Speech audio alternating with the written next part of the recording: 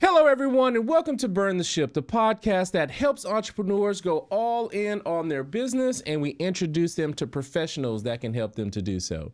Today, we have a very special guest. Deborah, how are you doing today? Great, great. Good, good. Please introduce yourself and the name of your business. Okay, my name is Deborah Bellony. I am the owner of Positive Options Coaching as well as Who I Am Communications. I'm an author, an astrologer, conscious co-creation coach, and I help people understand their life path and journey to make better choices while removing race, gender, uh, and generational blockages on the way to unity. Okay, So awesome. that's kind of what I do. Okay, well, good. We're definitely going to look forward to hearing more about that. But we understand, everyone has their own journey, and time is one of our most valuable resources. So go ahead and tell us a little bit about your journey. So I always knew I wanted to be an author. I was born in the U.S. to Caribbean parents. My mother was from Antigua, and my father was from Dominica, and I was the only girl out of four siblings. And I always wanted to be an author. I knew that, but the path to become an astrologer and a conscious co-creation coach was a totally different path that I'll tell you about now. Mm-hmm. But to start, I want to say two quotes to lead us into that. The first quote is by Mark Twain. He said, "The two most important days of your life are the day you were born and the day you found out why you were born." Mm-hmm. And the second quote is something that people are fond of saying is that while we're playing checkers, God is playing chess. So I say that to say every life has a purpose. And let's look at the game of chess and checkers. It's on the same playing board. The pieces go on the same playing board. However, when you're playing chess, you're just hopping over the next person and the next person. And God has a master plan, for all of our lives and how we see things. And when I was younger, I was playing checkers, just hopping and thinking I wanted to do this, I wanted to do that, and not really realizing the reason why I was born. That's what we're star seeded to do. We think we're separate from nature. We see seeds out there being planted, but we're made of the same things of the stars, as well as we're made from the seed of our fathers, right? So we're all seeded to do something. And that's easy to understand when it's in alignment with society's norms, like say if you're a musician or or a sports person like Pele or something like that, or Stevie Wonder. It's like those people who are artists, there's different levels that you could be an artist. You could be one in your high school, you could be one in your college, you could go national, you could go international, like Pele. And when the higher you get, the more there's no barriers. So what I mean by that, people will honor Pele. They don't care he's from Brazil. They're not from Brazil. They love Pele. he transcends the borders as well as the musicians. And that's understandable. But when it comes to the spiritual path, which I seem to be on in my life, I had wanted things at one level, and I'm realizing God had other plans for me. So, for example, I started off thinking I was going to be a basketball player. I played basketball in college on a scholarship. That wasn't it. Then I went to graduate school thinking I'm going to do a book, NYU, to do book and magazine publishing. That wasn't it. I went to graduate school to do nonprofit administration at Georgia State University. And it's not that none of these things were not it. Like getting disheartened from the nonprofit world and then going into acupuncture, studying in acupuncture, and got my certification in homeopathy. It's not that all these things were not it. It was that God was playing chess and leading me to a bigger purpose. And that purpose started to unfold. I would say, I call it on my blog, a 6-city journey that took me from Atlanta to Puerto Escondido, where the whole thing started to unfold. Um, so I started in Atlanta, and then when I left Atlanta, I um, I went to Tempe, Arizona, because I worked at the Changing Hand bookstore and at the library, thinking I was going to do this, write the Great American Memoir. And I serendipitously ran into a person at the bookstore that talked about the Astrological Institute in Scottsdale, Arizona, the only accredited program for astrology and psychology in the world, except for one in India. So I said, "Oh, let me go and see about that." I go in. They needed someone with my skills as a development officer, a nonprofit, because it was a nonprofit. So I ended up working there, and I learned all about that. And then I decided I want to leave, and then I decided I was going to go to California. And right before I left, I met someone who was talking about this university called the Creation University, started by Matthew Fox, that has this amazing curriculum and everything like that. So I had that in the back of my mind. But when I go there, I interviewed for another nonprofit. I got it, not knowing that the director, that the nonprofit was getting ready to close down, and they didn't tell me before they hired me. But serendipitously, I met someone in Atlanta that happened to be on the board of Creation Spirituality, and they had a nonprofit in Oakland called Attitudinal Healing. So I was going to volunteer with them, and as I was talking to her husband, she stopped and she said, "I got a job for you." And then she tells me that she works at the Creation Spirituality, and I end up working there. So that was my journey to California. I did that, and then I left there because I met someone at the Gathering of the Masters in Atlanta. He was a speaker, Hakeem Bey from New York. We got married in a short notice, and I moved to Honesdale, and it was a terrible plan. It didn't last long, but it brought me to Honesdale, and it was something I learned there because at the time I didn't have a car to make money. I didn't have money to get a car, but I found out about the Himalayan Institute, which is in Honesdale, Pennsylvania, and they have a program for a 1 month program where you could go and transform. And then they have a program where you can live there for a year. So I ended up running the Panchakarma program, and they have the Yoga Institute. So I was able to take classes and learn all of that.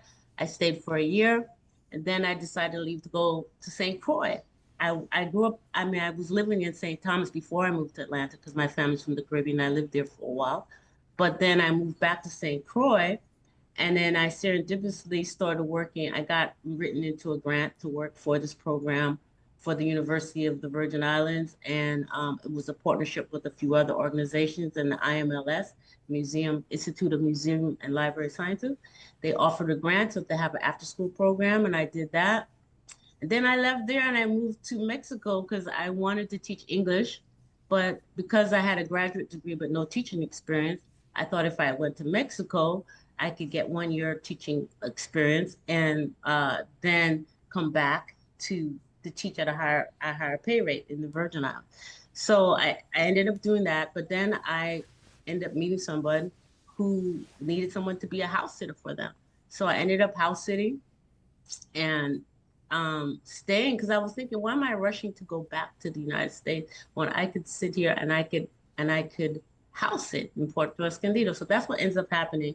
And that's when I'm in a place I was there for 13 years. And that's when I started downloading this ancient system that was preserved in the regular playing cards. There's a system that's called the Destiny cards, which is said the order of the Magi, the ones who were the three wise kings that knew when Jesus was born, are said to be, it's said to be that system. It goes way back to Atlantis. And I had been knowing about it, but my knowledge of it started to increase when I was in Puerto Escondido, and so many other things started coming down. It was really hard to process it all because I'm not really mathematically inclined, but there is where I had to really burn the ship because I decided not to take on any other jobs, and I put in my thing that I started to live what I call the Buckminster Fuller's life, whereas the money would just have to come however it comes. The cost of living wasn't that much to live in Mexico, but it was a challenge. And so I started to do all these techniques. I was guided to all these techniques to let go of the mental and emotional blockages that prevent us from being better conscious co-creators. So the core of my work is how can we become better conscious co-creators of the life that we want? Most of the reasons why we aren't able to do that is because of certain pitfalls and certain heartbreaks that we have that happens in life, and we lose faith in the fact that we could be co-creating with God. We always are co-creating with God, whether we know it or not, but to do it consciously is to be careful with our words and how we speak and what we put after I am, because I am is such a creative force. So if you say I'm tired or I'm sick and tired, you're creating that reality. So there was a lot that I went through in those 13 years to clear those mental and emotional blockages. And it was an outsource of the real work, which is the astrological work that I was being called to do, that I didn't know that that's what I was going to be called to do. So I call So I wrote 3 books. The first book was Afraid of Our Own Shadow, a manifesto and guide for conscious co-creation. And that talked about the 7 steps to conscious co-creation. It was the kind of my story. The second book happened after my mother died. When she died, that was in 2023. I wrote a book about the Destiny Card so people could understand it better, sort of like a self-help book and a motivational book. So it has your information in it. It's called Prayers of a Virgin, 52 Weeks of Poetic Inspiration and Personal Planetary Guidance with the Destiny Cards. And the third book I'm writing is more so for people who are astrology lovers, but it talks about It's All God, spelled Good, with one of the O's X'd out. Mm-hmm. It's All God, a conscious co-creator's guide to healing the effects of white supremacy. And that book is my hardest book yet because that's where I'm putting down the foundation of all what I'm doing. And so the lessons I've learned along the way, well, let me let it open up for you if you have any questions before I get into anything else. I hope that was clear No, enough. no, it's more than fun. Yes, and I was wondering, these opportunities that you've come across in your career are going to be more natural, homeopathic, type opportunities. Do you know why you were drawn to, the astrology, the nonprofit, the opening up of the conscious? Do you have an idea of why you were leaning or been pulled towards that way of life? The idea comes in time, it's sort of like the bee does a bumblebee, even Deborah means a bee. It's going around and it's cross-pollinating all the things and thinking its job is one thing, and it's a bigger job that bumblebee is doing, connecting all the dots and fulfilling a higher purpose. Like I mentioned before, we're all store-seated to do something, and a lot of times if we knew before we did it, we probably wouldn't do it. Mm-hmm. And so it's been unfolding. Now I understand why I always had a love for astrology, and all the pieces are starting to come together. But one of the things about any journey is it's who you're becoming along the way. The journey is the dream. All that goes into the journey makes the dream worthwhile. And I find that, like I was giving the example of the musician who may play in high school or college, but then there's some go international. There's some who take their spiritual path to a higher level that transcends a lot of things and has to go a different path that is not the norm, the societal norm. So now I understand that. So these analogies help me to understand how that works. Okay, makes a lot of sense. So now you have had all these opportunities, like you said, cross-pollinated in astrology and nonprofit, running some organizations. You had the 13 years to remove some of those mental blocks that were there for you, and now it has all come together, and you burned the ship, and you've gone into your current business now. Tell us all about it and how you are best serving the people out here. So what happened after doing these 13 years? The challenge is always with the finances in terms of when it's going to come, but it always comes. Like my best friend used to tell me, I don't know how you do it, girl. You don't have a pot to piss in or a window to throw it out of. You end up all around the world. You do all these different things. And so, and it's like my brother works for Delta, so I'm traveling here, I'm doing it. It always works out. And so what happened after understanding that, I came up with my first workshop I did was a conscious co-creation workshop in Mexico. And that was based off the book, Afraid of Our Own Shadow. I talked about the 7 steps to becoming a better conscious co-creator. Talk about the 4 pitfalls to becoming a better conscious co-creator, and the 7 universal principles. So basically, what I look at is there's 2 things. There's techniques. Astrology helps you understand your cycle so you can make better choices. It doesn't make you who you are. So my approach to astrology is like this. I tell people, you are not your card. You are not your sign. You are a divine expression of the creator. However, just like I use the 2 analogies of a doctor. A doctor wears scrubs, right? But when they go into the operation, they don't put on a police uniform because a police uniform isn't the best suit for the doctor to perform that.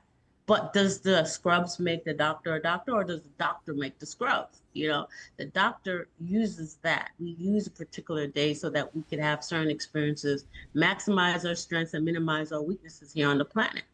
And just like a farmer knows which seed to plant, knows the best season to plant it, knows all these different things about plants, but that farmer is useless if it doesn't till the soil, plant the seed, nurture it, you know. So knowing is only half the battle. The other part is what is blocking us, what's getting in the way of us reaching our becoming better conscious co-creators.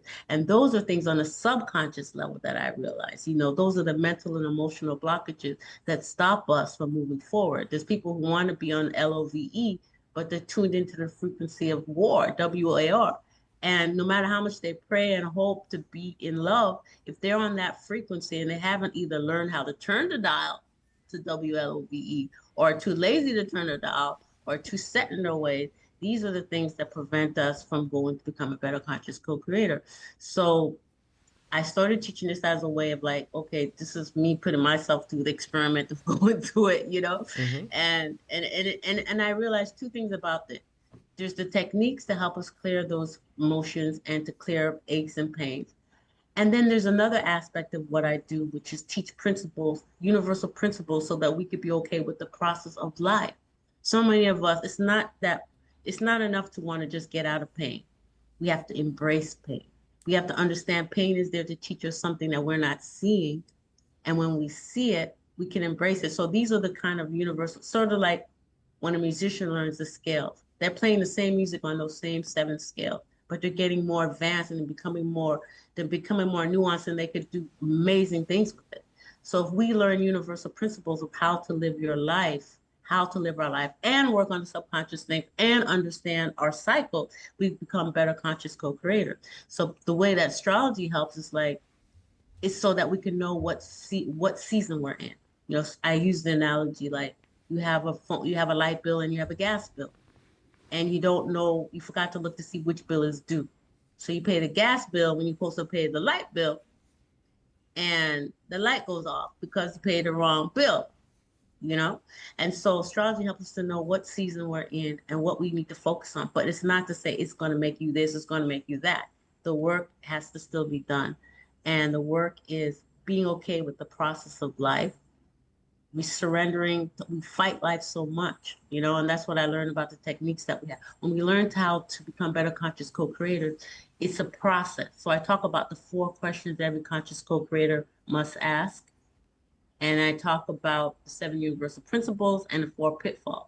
I don't know how much time we have, but I'll wait till this. I won't be able to go over everything, but I could share something if you want a little bit more, or maybe, you know, I'll flow with you in terms of where we go next. Yeah. Now, as you are teaching your courses, what have you found it better to be an individual, or should it be a group of people? What have you found in the past that you have worked on when you look at those courses in your teachings? Okay, so when I've done the conscious co-creation workshop, I have a free Friday event that I do that talks about the 4 questions every conscious co-creator must ask, the 7 universal principles. And then the groups have been very small because they're very intimate. We go into first understanding the destiny cards, how it works. It's an ancient system that was preserved, and they understand it on a level so that they could understand their life path. I wrote a book on that helps too, but that is just the basics. Then we go into learning the self-help techniques, which is the release technique, and focus on the vision. And I've only done it in small groups, like between 7 or so. And I love doing it because I'm really good at it, because I know how to reach people where they're at, and I've been through the experience myself. But to be honest, as a conscious co-creator, I literally lived 13 years in Mexico, not paying rent, 5 minutes from the beach. So when you ask a question and it's like, what would you be doing if you didn't have, I'm already doing it. So it's kind of interesting. Now I've left Mexico and I'm back in Dominica, and I'm living with my cousin. It's in a beautiful place. But now it's more of a need for me to focus on getting more, so I can help out with rent. I could do certain things here more. So I'm at a next stage of my growth to where I want to offer it. And I'm thinking the way I want to offer it, because there's a thing, have you heard of the ikigai? It's like what you're good at. It's a Japanese term when you focus on, when it comes to making money and doing what you're passionate about.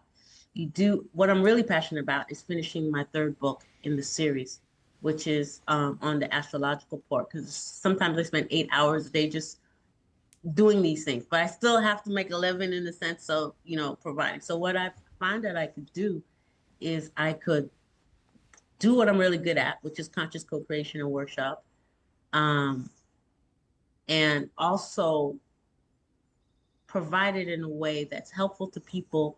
And I find the best way to do that is in coaching one-on-one, for people who really are looking for just a few nuances to get their game on right when it comes to conscious co-creation. And I've had a lot of success with that. I haven't had a lot of people because I've been so focused on the research part of it. So now I'm at that stage where I'm looking to look for people who really want to hone their skills on becoming a better conscious co-creator and be okay with the process of life. Someone that understands, who's been through it, like where sometimes I didn't know where the next anything was coming from, and just having that trust. It's a process, and people need to understand the process. It's not about, sometimes I'll teach them a technique, I'll do a technique, and it doesn't work. The reason why it doesn't work, because I need to be with that thing a little bit longer to learn something. It's not about just trying to get rid of everything. It's about learning why something is there and understanding how to go about asking the right questions so we can get better with time. Yeah. I hope I answered. Oh, you did. You did. And I definitely appreciate you sharing your journey, your 6 cities and the different things you learned there, really the 13 years when you were able to push past those blocks. So I definitely appreciate you sharing that. And on this next segment, I wanted to talk about some of those business skills that you've acquired, but if it's okay, in this particular segment, I want you to talk more about the 4 questions. So if you can, in this particular segment, let's talk about what those 4 questions are, and we'll sub that part in right now. Okay, that's great. So the 4 questions that every conscious co-creator must ask.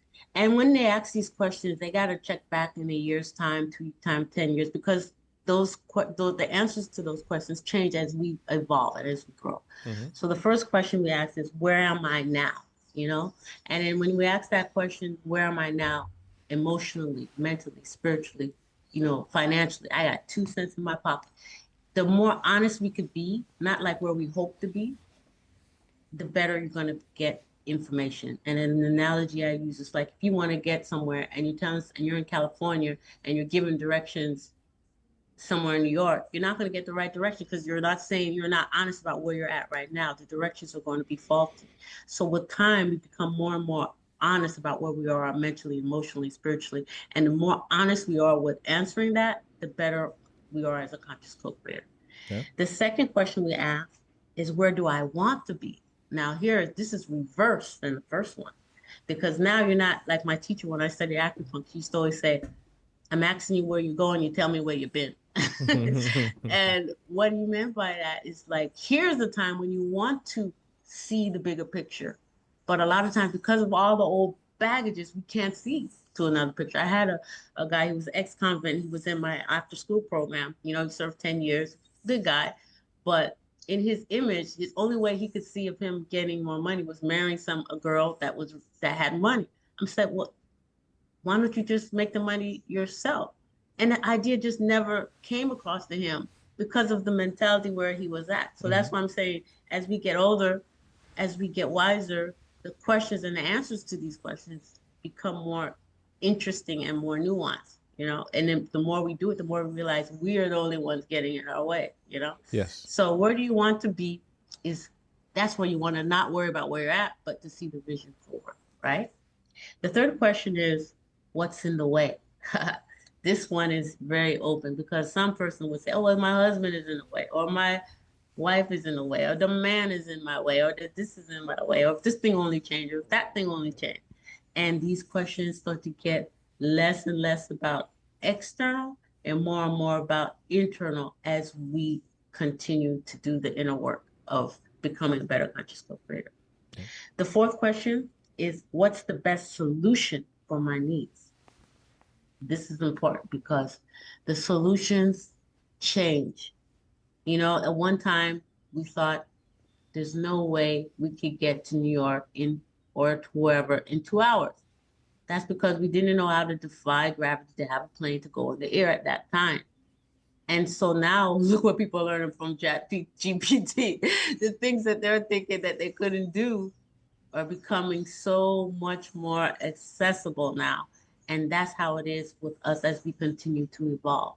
You know, the best solutions for our needs change and we start to get really creative. And I'm telling you, on my journey, with just like I said, not on a no string budget, not a shoestring budget, going around all around the world and traveling to all these ancient sites, it's like you start to get creative and you start to come up with solutions that you never thought would happen when you just let it happen, you know? Mm-hmm. So those are the 4 questions. I have 4 pitfalls, but if you don't have time, that's fine too. But Yeah, yeah. I just wanted to touch on those four because I remember when we talked before the podcast, you had mentioned it. You've talked about it today. So I at least wanted to talk about those 4 questions so some of the people that are watching, can have a better understanding of what you're trying to do and those principles you're trying to, put there for them. Now, we talked about it briefly because we've talked about your journey, we've talked about your business, we've talked about some of those skills or the questions that those co-creators need to have. And you mentioned it.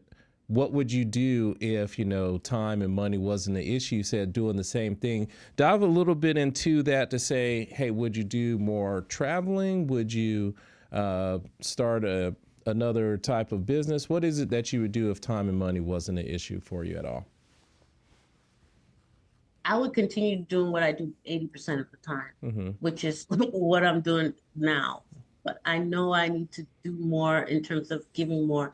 And so, in a way, I'm really happy that I can't do it all the way. It's almost as if my guys say, okay, now it's time for you to give more to the community that I'm in, because I moved to back to Dominica, where my father's from. Mm-hmm. And so if I had more money, I'm really, I love what I do, Mm-hmm. and I do it. But the fact that I need more money to contribute more and also to build a nonprofit in the future, but I feel that's going to come after I finish this third book.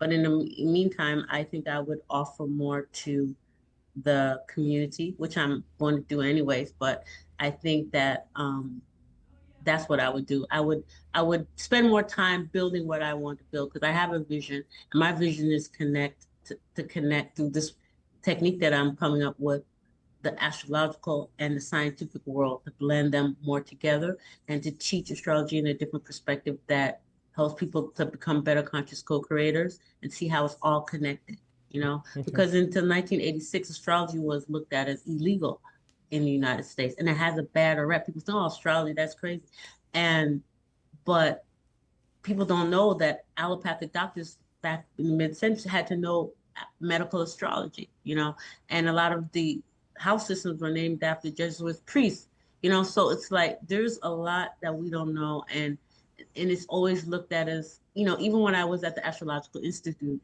we used to do, because it was an accredited program, we used to go to these vocational fairs with people as a job, after school for college, high school students. And they used to laugh us out of there because like astrology, that's not accredited field. So that's one of the things I think I would do. I would spend more time building that. I have a vision of that, but with money, and it's like in time. But for the majority of the time, I love what I do, and now I just want to be able to teach some clients that really want to get and instill in them what I've learned, and that would fulfill me good too. And Awesome. and yeah. Uh, well, if some of the viewers or the entrepreneurs that are watching the show today, if they wanted to learn more about those courses that you have or just the experiences that you've had, what is the best way for them to get in contact with you? Okay, if someone was interested in either taking up, and there's 3 ways they could partner with me. If they're interested in me doing a conscious co-creation workshop, wherever they're at, I could travel. My brother works with Delta. I don't have to work. I could travel wherever, and I could be a complement to a person's retreat or a workshop. And I could also, I have a coaching program, 4-month coaching program. They can reach me at whoiamcommunications.com, and you can learn more about how to partner with me or to do my 4-month coaching program or to purchase my books. And yeah, so that's how you can reach me. Okay, excellent. And we truly do appreciate you coming on the show today. And we always honor our guests by giving them the last word. So if you don't mind, please look into the camera and tell the people something good. So I thought about that. Poetry is such a powerful thing. I ran upon this poem because one of the things I think we're moving into from an astrological age is a time of surrender and moving forward to break through barriers. And one of the things that prevent us from breaking barriers is not being able to forgive ourselves, forgive other people.